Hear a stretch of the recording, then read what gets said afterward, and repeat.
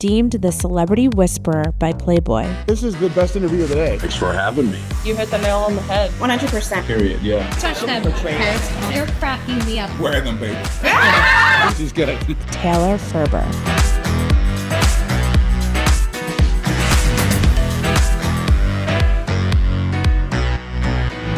Here's the deal, everybody. We have enough fake phonies in this world, i.e., the alleged Taylor Swift, Travis Kelce sham PR paperwork. I said alleged, okay? And I said it here first on Talk to Me, Taylor, eons ago, that this shit was orchestrated harder than Beethoven, okay? But needless to say, we have enough fake shit going on out there. You know, PR relationship scam or not. And so it's time to take a look at what is actually real, right? And I hear, and some of the people that I'm going to be talking about today, namely the women I'm going to be talking about today, we got nothing to hide. And before I dive into this, you know, Olympics pool of mayhem, backwards, triple, quadruple, you know, swan dive, bitch. You know, I'm going to be a little bit like, just call me Mrs. Rogers today. Kumbaya fucking ya, my lord, okay? Because I actually have a, you know, unifying message, I think, to cut through the bullshit and bring us together, you know, talk to me Taylor style. It's a little, you know, campfire-esque. It's a little gay rah shish gamba. You know, sometimes, you know, I can be on my soapbox. That's not how I'm going to roll today. So all I can say is get it while it's hot, because you see me like this, you're not going to see me like this again for a hot minute, okay? Like Ferris Bueller once said, you know, you miss it. You, what does he say, Ferris? Goes too fast. If you don't just stop and look around, you might miss it. Same with Taylor, i.e. Mrs. fucking Rogers, okay? Welcome to the neighborhood. So, a couple of stories, and you may have caught wind of these already, and these are just some things that got my attention, and oddly enough, they are in the same sort of sphere and theme with women and sports, what have you. The first one, I don't want to butcher her name, is around Ilona Maher, who is a trans rugby player and helped the U.S. get their first bronze medal in rugby at the Olympics this year. Ilona, don't want to butcher this, okay? It was just named and crowned one of the, I think the sole or one of the Sports Illustrated digital cover swimsuit models, right? Before you get all crazy, okay, before you pull a Salem witch trials, get your panties in a wad about the trans, this.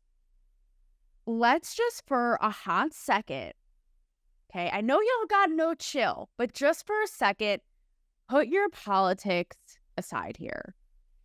Because, you know, I have a feeling about this. I know you guys are opinionated. It's so politicized, and it's become such a hot button topic. And I just want you all, like I said, to put your politics aside on this issue for one very little moment. So Ilona was, like I said, it has graced the cover of Sports Illustrated digital swimsuit. And her whole thing is feeling mocked and ridiculed her whole life, even up until late, right? For being super masculine and too big and too bulky to be a woman. And I have to say that this woman has used her platform.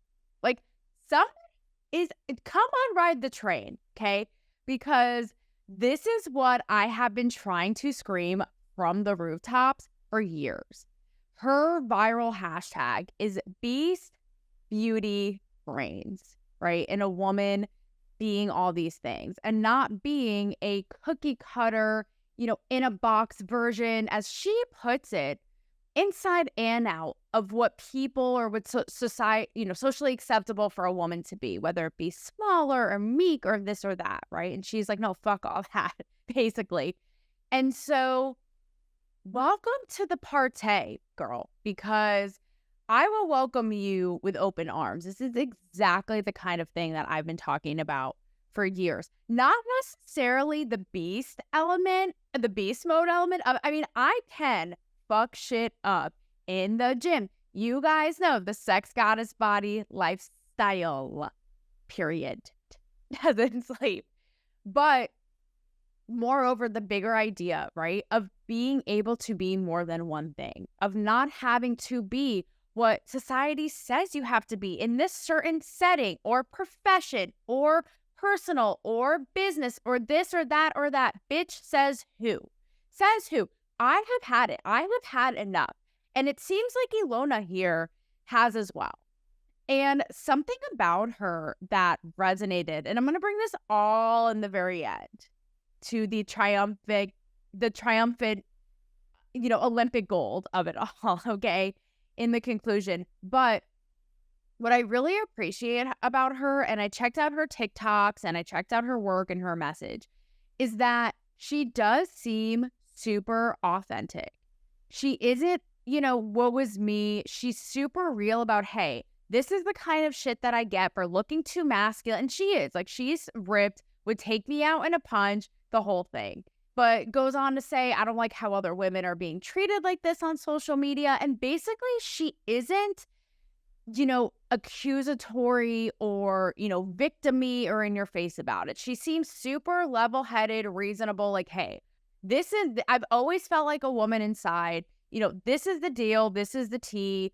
And, I may be looking more like Gaston than, Belle and Beauty and the Beast, but I actually am Belle on the inside, so y'all can eat shit, right? Basically. And so I really can appreciate her entire thing.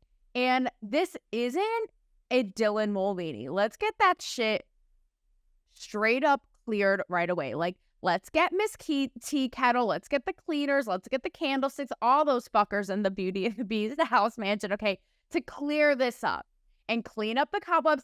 This is not a Dylan Mulvaney, right? Somebody who it just completely mocks everything about what, a woman, quote, is, and makes, like I said, a total joke and mockery of it, prancing around like some 5-year-old doll, basically insulting all women and being the very trope and stereotype that, like I said, is so insulting and belittling and reductionist of women that basically men have created, right? Weekends are for kissing friends. Friday night all overspent. Saturday we flirt for drinks, playing wingmen to our twinks. Sunday the Twilight soundtrack.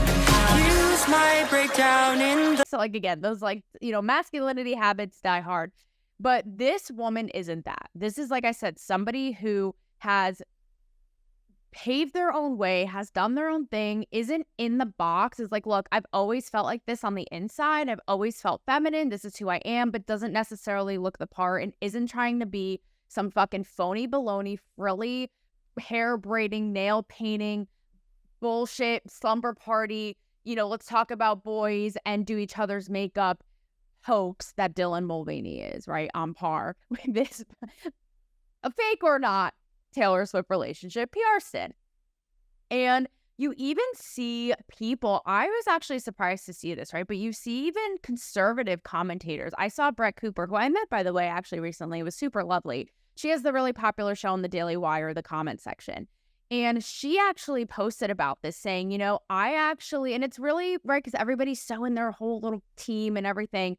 And notably, conservatives are super critical of trans people. They mock it, they joke about it, the whole thing. And Brett Cooper, I was actually surprised because, not to put her in a box of this ideology, but she was like, as somebody who had more of an athletic and masculine body and didn't fit that feminine, cookie cutter idealized body of a woman, I feel seen. Like, I respect this. I love this. And good for her. That's something, again, that I can really appreciate. And that's why I think what Mar is doing here is really transcending. I couldn't help myself. I love a little pun. Mrs. Rogers loves a pun, okay? Transcends political lines and ideology and social norms and this and that. Because when somebody is all of this, again, this is why I say Mrs. Rogers fireside s'mores Girl Scout chat, right? It sounds so cheesy, but when somebody is so themselves and is like, I don't give a fuck, and isn't seeking validation or isn't, that's why I respect this woman, because she's not like a Dylan Mulvaney of, you are all this and you are me. It's like standing in the power and the truth of, look, like, I do this. My body is super fucking strong. It's not a typical female sex object, Pam Anderson, but I'm super feminine and I'll kick your ass in rugby. And that is that on that. And again, the idea of unapologetically being all things that will blow people's minds, sadly, because everybody is so fucking Neanderthal caveman thinking, but that I think is a really beautiful thing. It's like, again, who said I can't be this on the field and this on my TikTok? Yeah, I know, the wretched TikTok, but you know, we have to do it. Or this in my personal life, or this is how I dress up, or this is this. Like, I can be a fully realized version of who I am that are multiple facets that may be contradictory by society's standards, right? But I'm owning it and I'm living all of it, despite what any of you have to say. And I love that. And you know, it's before I move on to the next gal, what is so unfortunate is I know when I talk about trans issues, I talk about Caitlyn Jenner a lot, even though, you know, the mainstream and, you know, whatever, all these little influencer Instagrams and platforms and all this who like think that they have a say, love to shit on her. And it's too bad that they can't embrace Caitlyn Jenner for who she is and for looking really great at her age after transitioning, because their politics get in the way, because she's conservative, because she's this. They merely love to shit on her. How much better would it be if you pulled a Ilona here and, you know, these two bitches were, you know, running off into the sunset with their track gear and rugby gear, and we're like, look at us doing all things, and, you know, having our PPs removed, and like I said, just winning our medals into the sunset, you know, even though the medals might not be dangling, you know, from here anymore. You know what I'm saying? How much better and fully realized and, you know, fully embodying, like I said, and all encompassing would that actually be? And the reason I bring this up is because I actually saw on my feed in, you know, the algorithm of, you know, my absolute, you know, nightmares was a video of Caitlyn Jenner. And actually made me really sad. It was Caitlyn Jenner meeting Lady Gaga. And Caitlyn Jenner walked away from me in an interview, by the way. It had nothing to do with trans. It had to do with family drama. But this is like, goes to show, even I felt something for her watching this clip, okay? Even though she dissed me, and she dissed me hard and basically like smashed my being with the bottom of her heel. But there was a video of her so eager and excited to see and meet Lady Gaga. And Lady Gaga is known for being this like big LGBT trans trailblazer, despite not even being trans like Caitlyn Jenner actually is, but whatever. So there's a video of Caitlyn saying hi to Gaga, like, it's so good to see you. And Gaga obviously kind of like shades her and like can't really give her the time of day and is like being cordial but brushing her off. And it made me sad because you can tell that Lady Gaga's shitting on her. And the whole post was about how it's shitting on Caitlyn Jenner and the comments and all of it. Like, ha ha ha. Lady Gaga wanted nothing to do with Caitlyn Jenner. And it's just like, you guys look like literally a bunch of fools. Like, it looks so hypocritical. And again, how sad. Like, what if you just, you know, embraced her for how great she looks and that she does think for herself and she is super outspoken, even if it's not what you think. Again, I can respect people. That's the point of this whole thing, really. I can respect people regardless of if their views are contrary to mine, if they look different than I do, if they look this, that, or the other way. It's like, Jesus Christ, people, like, I'm exhausted. I have not the patience. You know, we have lost all ability for that. And, you know, it's really quite sad. This is really highlighted in my next example, right? Which is all things, as is with Ilona Maher, but my, you know, philosophy, my slogan, my way of being, my tombstone, right? Tits out, brain out. But you have WNBA star Sophie Cunnhingam, which she is on the Phoenix Mercury, which she seems like some kind of like astrological, you know, Mercury in retrograde shit, Lionsgate portal, this, that, or the other thing. But for all intents and purposes, it's a WNBA team, okay, that she plays for. This caught my attention. And again, same vein as the last story, because this girl, like this little number, she's this again, probably like two. She's probably a me and a Sabrina Carpenter combined. Okay. Like that is this woman, legs as far as the eye can see, legs as far as Jack Sparrow can see with his, little telescope that goes on for days in his eyeliner.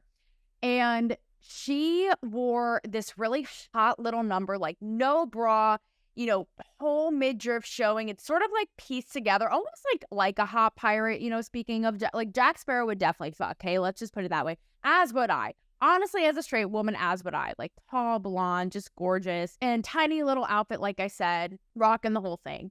And so the Phoenix Mercury team posted a video of her walking backstage and saying, this bombshell has entered the building. You wouldn't believe that, granted, this is on Fox News, right? And these people are just as guilty as trying to rile a bitch up as the other side of the aisle. But there was an article about it, and it said that Sophie, quote, sparks fierce reaction on social media over pregame outfit. So the first thing that goes on in my head before even seeing the reaction is this is a bunch of hogwash, crock of shit, bogus nonsense, because not to sound like a wokey woke liberal feminist, but like how on God's green earth are we literally still doing this? How are we literally still doing this where you have a grown ass professional athletic, I assume she's smart, gorgeous adult woman, and people are going to go on the internet and criticize it and question it and analyze it till the cows come home? Like, who gives a flying fuck? Is this literally the goddamn Handmaid's Tale, which we're going to get to in a second? Okay, praise be. So that's the first thing. I'm like, I can't even believe that we are literally still doing this. Like, we're really are. Like, who gives a shit? So some of the criticism is that, it would, now that WNBA is going so hard and extra for like marketing and it's all a ploy and they're over sexualizing her. And, this is coming from the same people who are super feminist, don't objectify women, and women should be taken seriously in their sport. And, they're so hypocritical. And, also, is she even good? Okay, so she's just going to be this Barbie. And, okay, is she even good, though? Like, what are her stats? Like, pulling up her stats, insinuating she's not even good. Again, it's all just literally, like, call me My Little Pony, because it is literally such horseshit. Like I said, okay, first of all, if this were a dude, and you, like, think about all the times that Tom Brady posed in his shirtless glory in some hot fucking ad, and we were all salivating, chomping at the bit, and then we're going to go watch him tear it up in Foxborough. Nothing to be said. The only time a dude would get criticism is if they wore Uggs like the time Tom Brady did, which I am sure he may or may not still regret, right? But the fact that we're still doing this is just plain old pathetic. Honestly, get a life, people. And I just want to drive home again. Like, good for her. I want Sophie to come on the show. I want Ilona to come on the show, even if I butchered it, harder than your local meat man, downtown in the Village Square. Okay. I want to have them on my show to talk about all this, because obviously this is something that I am so passionate about, that I have lived out, and like I said, have been trying to get this message out for so long of being both things. Why can't you be both things? In fact, it's more powerful because it's like, oh, I can do this, and wait, I can also do this, and wait, I can also be a little Barbie. Oh, and wait, I can also, be an intellectual, and oh, wait, I can also tear your ass up in the Olympics. Oh, wait, I can also dunk on your ass. How powerful is that? Again, being the fully realized version and, shamelessly being like, yep. Speaking of handmaids, this all reminds me of, you won't believe this, and my OGs may know, okay? But this reminds me of the time when I interviewed a major writer on the show, and I think she was the co-executive producer, which is big leagues. Like these peoples are pulling the strings, right? They're making the shit happen. And I asked her, and this was on the heels after I had already, done my Playboy feature, in which I both posed and was featured as a contributing writer, right, about all this free expression. And I point blank asked her, is women posing nude anti-feminist, right? Because you would think This is the person at the helm of The Handmaid's Tale, which chronicles a dystopian future literally where women are sex slaves. So you would think that this person would be like posing nude and making women literal sex objects, basically like in our show, is so offensive, so immoral, so not okay. Women need to be seen for more than that, and women are more than that in this, right? I'll have you know that the reason at first she was like, oh God, I asked her, I was like, would you ever do it? And she was kind of like, oh God, no, oh gosh, no, I couldn't do it. And it wasn't necessarily coming from a place of shutting it down and like, God, that's so offensive. Why would you even say that, Taylor? It was more of like being like, oh God, I don't know, I'm a little older. I don't know that I could pull it off, maybe a little insecure. And I kind of probed her a little bit and pushed her, gave her a nice gentle nudge. And I was like, you should try it. It's super freeing. And, instead of, again, being like, oh, God, no, that's so inappropriate. That's so offensive. She literally came around and considered it. And it is documented, okay, like a Steven Spielberg film. Okay. She says maybe it'll actually be liberating. Maybe I actually would consider it, and comes around, right? Because, again, even the people, it's so seeped into our psyche of how women are supposed to be and shouldn't be, and how, they're victimized and this, that, and the other thing, and what's okay in the boxes, and how to perceive them, and how to portray yourself as a woman. All this, like, it runs so deep that even somebody whose work is advocating for expression of woman couldn't even see at first. Like, oh, I don't know. And then saw it ultimately. It was like, yeah, maybe I'd come around to that, which was honestly surprising. I didn't see that coming, but it just goes to show the power of that. Like, when we break out of these little prison cells in our minds, what we can be. And I think that it's time that we really start. Okay, maybe I am a little soapbox Sally today. I can't help myself, but maybe it's time that we really start accepting it in other people. We're so quick to judge. We're so quick to shut everybody out. And the thing is, like, we can and should disagree. Regarding all of this stuff, we have to be able to have the open discourse. Look, this applies to dudes too. I was thinking about it sitting down for this episode. This applies to dudes too. And especially now in the war on men, and you have like the Andrew Tates yapping away about all this nonsense. Don't even get me started on the whatever podcast. Like, let's not open that can of worms, okay? But all of this conflict and war and battle right now, how men have to be. And I thought about it. It's like, I feel like it's just as powerful for men to rock this shit too. Like, there is nothing more powerful than a man who can hold his own and has that air of confidence and is rocking what he's got and can hold his own in a conversation or with opinions, or is smart, or has his own thing going, or ambitions, and looks how he looks. Maybe he's like ripped. Maybe he's like the scrawny Ashton Kutcher look. Maybe he has tattoos. Maybe he has piercings. Maybe he has a mullet, Theo Von style, Morgan Wallen style, if you will, like a mustache, whatever it is that you're into, however, whatever floats your boat there. But I think that it's really time that we accept not only ourselves, but each other. And I'm so sick of this shit yet again of, I hear it all the time, women, well, you'll be best perceived if you dress like this in this environment, or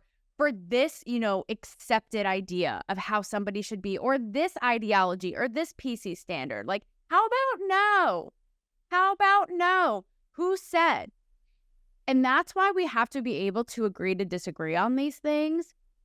Look, if even Mark Zuckerberg came out of his icy Westworld state of robotic being to admit that Facebook was censored and their arms were, quote, tied, around the pandemic and all this, and what was and wasn't censored and what wasn't blocked, that he even said, we will push up against this now, like, we have to have open discourse.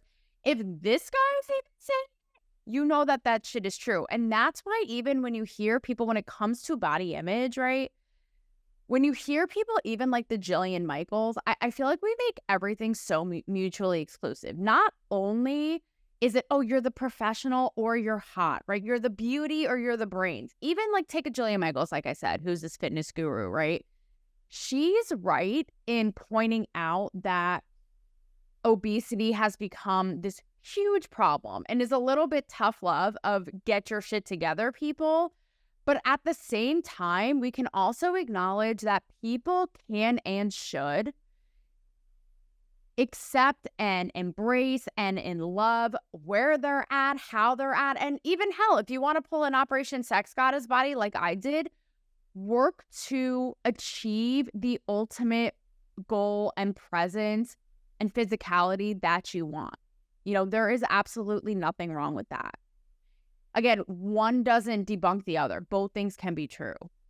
And so to bring it all back to Ilona Maher is that even I know that like I said, this is a rare exception. So take the glimpse, take it before you miss it. Like Ferris Bueller, take it while you can. Like I know that I come in here, dick swinging, right? Like some of these aforementioned dudes may or may not. Like guys, you have hearts too. It's okay. I know I come out here, dick swinging, right?